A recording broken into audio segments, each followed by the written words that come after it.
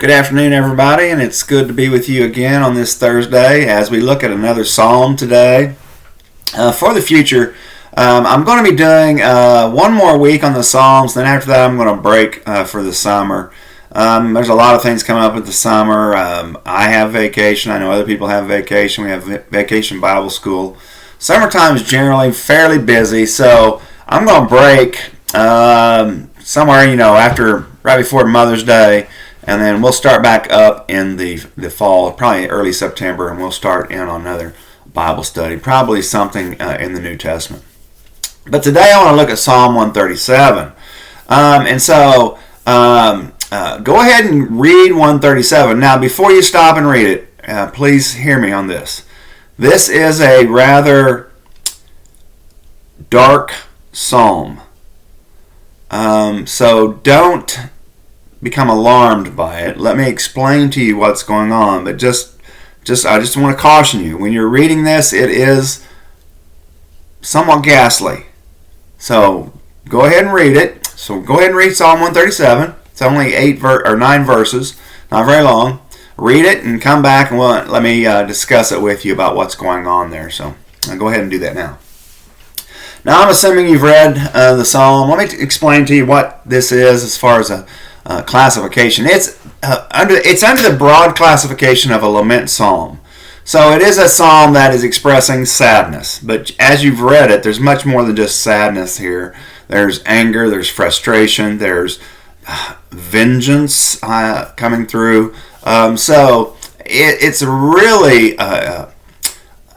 emotionally and negative on the emotional side as far as what it's speaking. But it is a lament psalm, but specifically, it is a certain type of lament psalm, and scholars have labeled these kind of psalms as imprecatory. Now, imprecatory means to speak curses to another person. That's the idea. So now there are not very many of these psalms in the whole of Psalms itself. In fact, there's probably only about a dozen. I know there's more than 2 and less than 15. I can tell you that for sure. I didn't look at the exact number, but there's not a lot. 10, probably. 10 to 12 at the most. But they are severe. This one I'm looking at today is I consider it the most severe in its imagery. But I think there's some things that we can learn from this type of writing for sure. So it's a very, very harsh type of psalm, lament psalm. And these imprecatory psalms, as I said, can cast a very harsh, horrific, sometimes ghastly image. So be ready for that kind of thing, okay? So now for Christians, as you're thinking about this, about the Psalms itself, you're like, well, I thought the Psalms are all about joy and so many other things. Well, first, as I said a long time ago, and I want you to understand this well, there are more Psalms that express sadness than there are Psalms that express joy, which is probably, you're thinking, counterintuitive. But no, life is hard. Human life is difficult.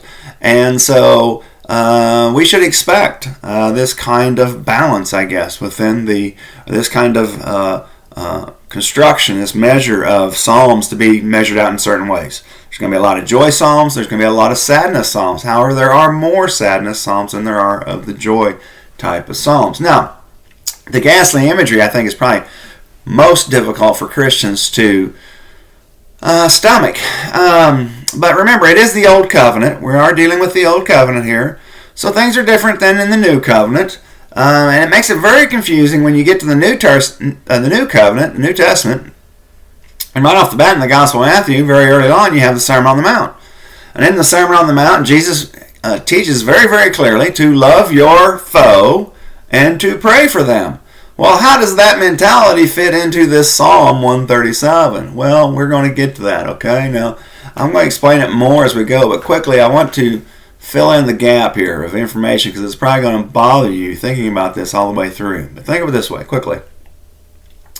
We always assume when we think about what Jesus says there, love your foe and pray about them, okay, or pray for them. We always seem to think that it's about asking for goodness to happen in that foe's life. Ask God to do good things, and that by asking God to do things, it changes the way that we think about people. It does. I agree. It does wholeheartedly. I know because I've experienced it in my own life. And any psychologist, others will tell you the same thing. It is true. If you have positive thinking about other people, it's going to affect the way you think about that person. But these psalms, these imprecatory psalms, teach us that praying for our enemies may not always include voicing good ideas, but it may be about voicing our frustration. It could be about expressing our anger, voicing our disappointment, our sadness, our disgust with others. That may be what it's about sometimes. We are taught to voice our concerns to God and not to act upon them ourselves. Maybe that's what the imprecatory psalm is teaching us. To express all these negative emotions to God, but don't act upon them. Ask God to be the justice provider in a sense.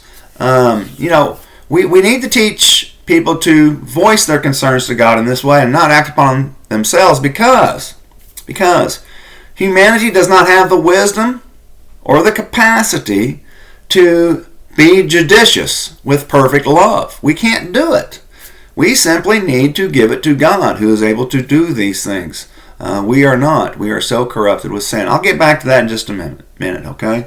As we're going through this psalm, I want to talk about this more, especially towards the end. Now, the historical setting for this psalm is pretty easy to determine. Right off the bat, we have the psalmist setting over in the shores of Babylon, over in Babylon. So this is a time of Babylonian dominance in this area of Asia. It's called the Ancient Near East. Ancient Near East. Sometimes it's abbreviated A-N-E, but Ancient Near East. So you have Babylon, who's basically the superpower at this time. You still have Egypt down in Africa, but they're not the power that they used to be. Assyria is gone. Babylon has defeated Assyria. The Hittite kingdom is gone. Really all you have right now is Babylon until the Persian kingdom arises. So you have this superpower in the ancient Near Eastern region. But you also have lots of other nations.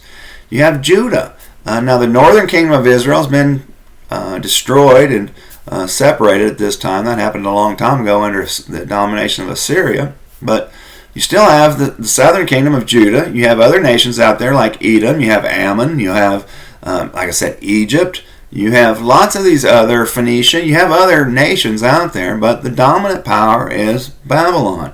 So we could put this into a pretty exact historical period. It has to be sometime from 605 to 539 BCE. That's basically when Babylon had gained this dominant influence in the area. Assyria had been defeated finally in 609. They were completely defeated, annihilated. Babylon had defeated Egypt too. Egypt was trying to push their influence north into Palestine, and Babylon beat them. So Babylon becomes the dominant power for these years. Now, more specifically, the psalm itself probably has to fit within 605 to 540 BCE, somewhere in this time frame. So this era, the 65 years, okay? What's going on here? So 609 basically is when Babylon becomes the dominant power in this ancient Near Eastern region. In 605, Babylon establishes basically a Jewish ruler who is friendly towards Babylon within Jerusalem, within Judah. And this would be the time when most scholars think that the band of men of Daniel, Shadrach, Meshach, and Abednego were taken into captivity into Babylon. Why? Because these were probably young men who were influential within some powerful families. Something to that degree. They were leadership type of people, but they were in probably more of a wealthier class, upper strata of citizenry. That time at 605 is probably when Daniel, Shadrach, Meshach, and Abednego go into captivity. And Babylon establishes a Jewish ruler who is very, very friendly toward Babylon. Now, as time goes by, the Jewish people become rebellious, and a revolt starts around 597, 598, somewhere around there. Babylon comes back and they depose the king that was supposed to be the friendly one towards them, and establishes another king in this person's place who is, I guess, more friendly to Babylon. And so at this time in 598, 597, most scholars think this is when the prophet Ezekiel was taken into captivity. Now, probably some people too, much like 605, I think some other people were taken too, but it would have been the upper echelon of the citizenry. And so that's who they're taking away, because these are the people who are able to, they're the educated people, the influential people who could create a rebellious type of atmosphere and cause people to rise up against Babylon. So in 597, they take those people, Ezekiel and others, back to captivity and establish a new ruler who is Jewish but still friendly towards Babylon. Well, 587 to 586, a revolt starts again, a rebellion starts again, and Babylon has to come back. And when they come back this time, they utterly destroy Jerusalem. They completely destroy the temple. They destroy basically all of Judah. And they deport most of the people back. And so they're tired of it. And so at this point, they're going to deport many, many of the people back to Babylon. In fact, from 585 to 540, there's a large group of people, Jewish people, that reside in Babylon. In fact, by the time we get to Jesus, there is a large community of Jewish people that live in Babylon, and they stay there. And in fact, the Hebrew text that we work of from our Old Testament to translate into English, and all Protestants are doing this. In fact, the Catholic Church does this also. It stems from the rabbinical representation of that text from the Babylon group of Jewish people. And so it traces back to there. So in some sense, there always was a strong Jewish, since the deportation, there's a strong Jewish community within this portion of Babylon until a little bit later and some things change. But my point is that there is a lot more Jewish people living outside of Palestine than living in Palestine in the time of Jesus, for sure, and it's starting to be that way. As the psalmist is writing this psalm many, many years earlier. Now, in the psalm, there are harsh feelings. Okay, the psalmist is very, very bitter. There's no doubt about it. Now, as Jerusalem fell, if you know what happened with the Babylonian siege in Rome, it's similar. But when the Babylonians laid siege to Jerusalem it's not an easy place to defeat. It's basically, it sets on a cliff face. There's only one way into Jerusalem. You have to go up this road, so it's easily defended. The other three sides are basically a sheer cliff, a drop-off. It was like this in ancient times. It's not like this anymore. But it's basically a cliff, a drop-off right there. And that's why it was a coveted place for people to settle, because it was so easily defended. But you just didn't come in and attack a place like this because it was so well fortified. You laid siege to it. When you lay siege, people run out of food, and they run out of water. So we do know that there are terrible things that happened. We know from the Roman siege that there was human cannibalism. Now, we don't know exactly about what was going on in the Babylonian, but we can assume it probably happened there too. And the reason why we don't know is because people just weren't writing. There's just not as much literature produced in those ancient times as later on. However, probably human cannibalism is involved, and probably the psalmist who saw this, witnessed all this stuff, writes about this stuff. This psalmist probably has experienced some horrific situations. It could be as bad as maybe something horrible happened within his family. There just are bitter feelings being poured out from this psalmist. Now, here's the thing you gotta think about before you come to any sharp, quick conclusions about this psalm. This psalmist who wrote this dark psalm was inspired by God to write it as such. And so there's something being taught here to us about this. Why would God inspire someone to write a psalm like this in the Bible? well, I mean, all we have is an opinion. Here's my opinion. I think it's always better to voice and to turn over your frustration to God than to act out upon them yourself. And I do think that may be part of what Jesus is saying when he says, love your enemies and pray for them. Meaning not only pray good things for them, but you can voice your frustration, disappointment, and need for justice to God. Just don't act upon it yourself. In fact, when he's talking about this, it's well within this area where he's talking about loving your enemies. He's talking about so many other things. Do not retaliate. So there's a lot of things going on here about how humans interact with other humans, for sure. So again, it's very, very interesting.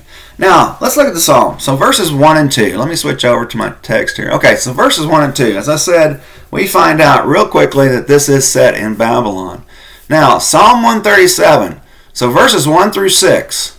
You basically have 3 pairs of couplets. What I mean is we have 2 lines that are working together. So you have verses 1 and 2 work together. Verses 3 and 4 work together. Verses 5 and 6 work together. And we have parallelism that is presented here. So, again, the geographical background is Babylon. The deportation has happened, but we just don't know where they're at within that era of 65 years. Somewhere in between 605 and 540 is as close as we can get. That the psalmist had experienced this and wrote down this psalm somewhere in that time frame. Now there's a mention of Zion here also, and Zion is the heart of Jerusalem. Zion was the place where the temple was constructed. So even the temple itself was a fortress within the greater fortress of the city of Jerusalem. And so you have this highly fortified place, and you have the remembrance of this special place, the temple area, and Zion itself. And so if you keep on going on, we see that there's great sadness. In fact, he talks about his great sadness here in verse 1, but it's going to continue all the way through. The person is weeping about the situation. It's been very, very, very horrible. And the sadness is so severe. If you look at verse 2, they're hanging up their musical instruments in the trees. Now, that is an odd picture. Who does that? You don't just go down the road and see musical instruments hanging up in the trees. This is just really, really odd. It's almost as if they're just discarding these things. Why? Because the sadness is so severe that there's no way that they can produce any music, any kind of joy from music. It's that severe. It's that horrible. And the horrors of this annihilation, I think the person is probably close to a time of deportation, probably around 586. Maybe you could go back to 597, but probably fits better within the 586 time frame. But the annihilation of Judah and Jerusalem has really, it has affected the psalmist. The sadness is palpable. You can feel it as you read the words. The pain, I think, is still fresh within the psalmist's mind about what happened as he writes about this. This person has been emotionally scarred. The psychological wounds are still sore. So there's a lot there. Now, verses 3 and 4, we have parallelism here. And I've talked about parallelism some with you. There are basically 3 types of parallelism. There's synonymous. Synonymous parallelism is where 2 lines will basically say the same thing but with different phrases. So basically at the end it's saying the same thing. There's antithetical parallelism where you have 2 lines that say opposing ideas. And then you have climactic parallelism where the second line escalates the information to some degree. Okay, let me give you an example. Maybe a person would say, I ran up to the hill to praise God. And then a person said, yes, and I marched to the top of the mountain to praise God. The idea of going to a higher place is escalating.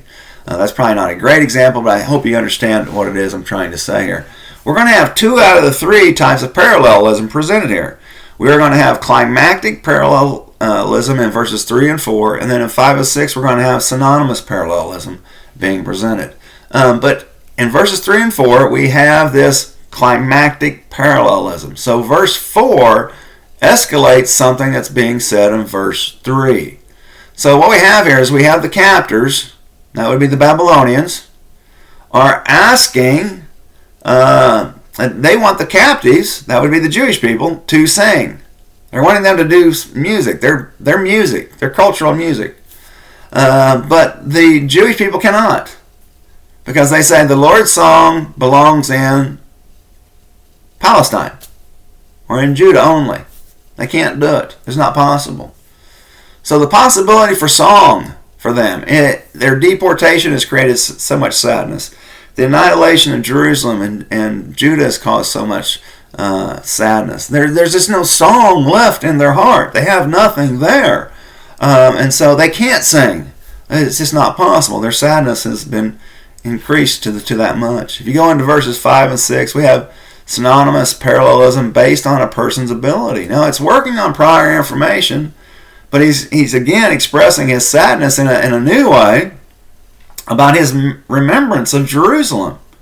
And so he hopes he never forgets about Jerusalem. And if something were to cause that to happen, it should produce a result of skill in his life. That's basically what he says. It sounds pretty strange, but I mean, the memory has to stay so fresh within his mind that if he ever forgets it, he would rather lose a skill. And they had skills. They had to use their hands and stuff like that. So they needed these skills. So to say something like this is pretty dramatic. Verse 6, he kind of echoes the same idea, but in a different way. This way, it's about verbal expression. If he forgets Jerusalem, then he doesn't even want to be able to speak or to voice his words ever again. This is the kind of idea that is being presented here. And so, now the imagery in 7 through 9 gets very, very dark. This is where it's at its darkest. So he's expressed his sadness, and now we start to read about his anger, his want for vengeance, and it gets pretty ghastly. In verse 7, we have the mention of the Edomites. Who are the Edomites? Well, the Edomites come from the lineage of Esau. If you remember Esau, he was the brother of Jacob. You go back to Genesis. Jacob is the son of Isaac, who is the son of Abraham. And so Edom was another name for Esau, and Edom is a word in Hebrew, it means red. And so, because he had red hair, but the Edomites were basically of the same lineage as the Jewish people were, but they were a different nation. Now, they'd split a long, long time ago. So by the time we're looking at this time period for this psalm, which I've said is in the 6th century somewhere, in middle 6th century, let's just say that, the Esau and Jacob incident happens, 1,000 years earlier, 1,100 years earlier, quite a bit long ago. So the division between these two has been it's happened a long, long time ago. So it's pretty complete, but still they have a lineage that they can all go back to. And the Edomites, what happened was at this time frame of the writing of this psalm is that the Edomites, well, first of all, Judah is trying to go. They're trying to create. They're going into rebellion against Babylon. Let me just say it that way. And they are trying to form a coalition with other nations. And they're trying to get Edom to be a part of that coalition. Edom will not join the coalition. Edom will remain supportive of Babylon. Well, this angers Judah. And I think actually there's a little skirmish there between Judah and Edom. But Babylon comes in and supports Edom. And then they go in and they completely annihilate Judah. And the Edomites are happy about it. But again, as I said before, Judah actually attacks them before all this stuff happens. So, but the Psalter doesn't care. The Psalter is wishing that the harm to be done to the Edomites. In fact, he wants their nation to be completely destroyed. In verse 8, he talks about Babylon, what they've done, and he wants them to be destroyed. He wants them to be repaid. He's wanting justice. He's seeking vengeance here. But he's leaving it up to God. Now in verse 9 is the worst. In fact, there's a blessing associated with this, which is really, really odd. It's really a ghastly plea. The Hebrew, the word is the idea of being fortunate. It really is. Not necessarily a blessing like you would think of God giving a person a blessing, but it's the idea of congratulations, that kind of idea.